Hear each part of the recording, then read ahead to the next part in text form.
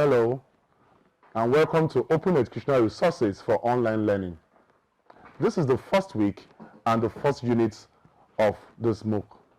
The topic of this unit is OER, meaning and importance. The world is gradually embracing the use of open license softwares, educational materials, and the likes. Many of us now use the internet in our courses, and the amount of digital content is growing very fast. However, not until recently, most of the educational materials were under strict restrictions and access. The OER movement has contributed immensely in breaking down such, which has triggered immense access in educational resources. What is OER? OER refers to public educational materials that are accessible, free to use, remixed, improved on, redistributed under an open license. The focus was to reduce accessibility barriers to educational materials while implementing best practices. Many organizations have defined OER in their different ways, but these are some of the definitions which I'm going to share with us. COE has adopted the widest definition of open educational resources as a material offered freely and openly to use and adapt for teaching, learning, development, and research. UNESCO also defined OER as a teaching, learning, and research material in any medium, digital or otherwise, that resides in the public domain or have been released under an open license that permits no-cost access, use, adaptation, redistribution by others with or limited restrictions. Open educational resources, however, are teaching and learning research materials that are either in the public domain or licensed in a manner that provides everyone with free and perpetual permission to engage in the 5R activities. Some of the definitions by other institutions will be displayed on your screen.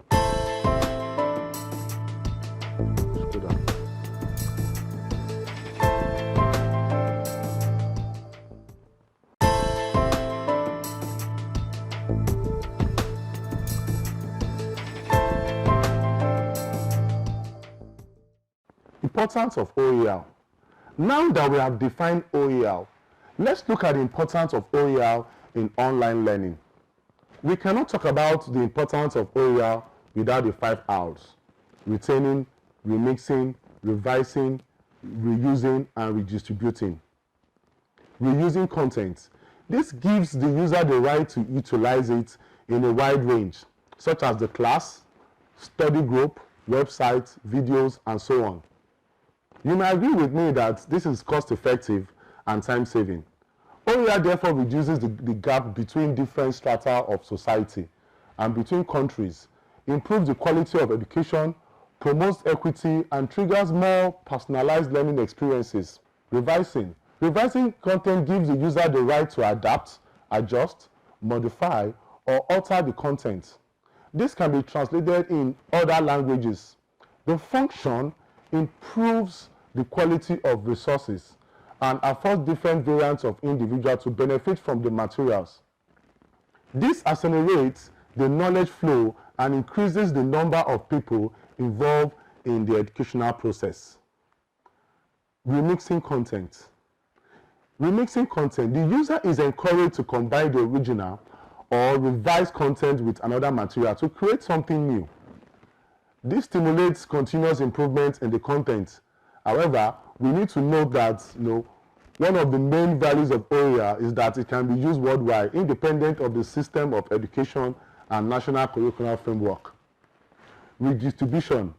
Redistribution kind of, provides an enabling environment for sharing of copies of the original content, as well as that of the revision or remixed with others.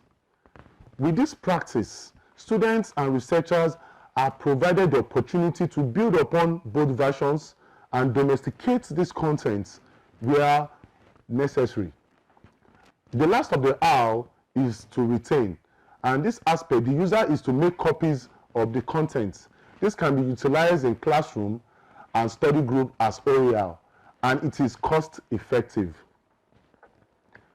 Also, in a paper commissioned by Commonwealth of Learning, Hodgkinson presented the benefits of OER in the following perspective.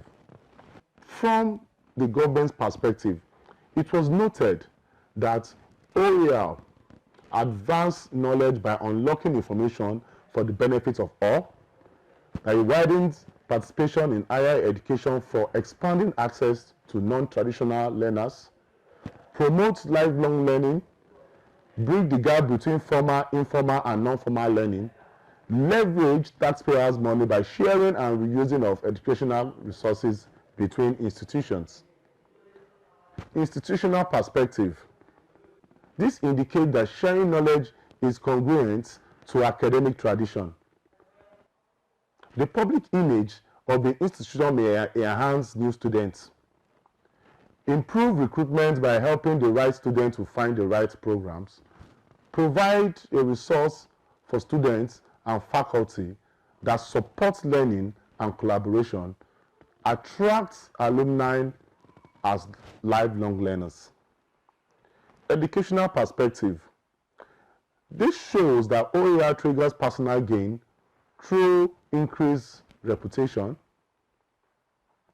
foster connection with colleagues around the world, preserves a record of teaching innovation, allowing others to build upon them, give academic opportunity to leave behind a legacy after leaving academic.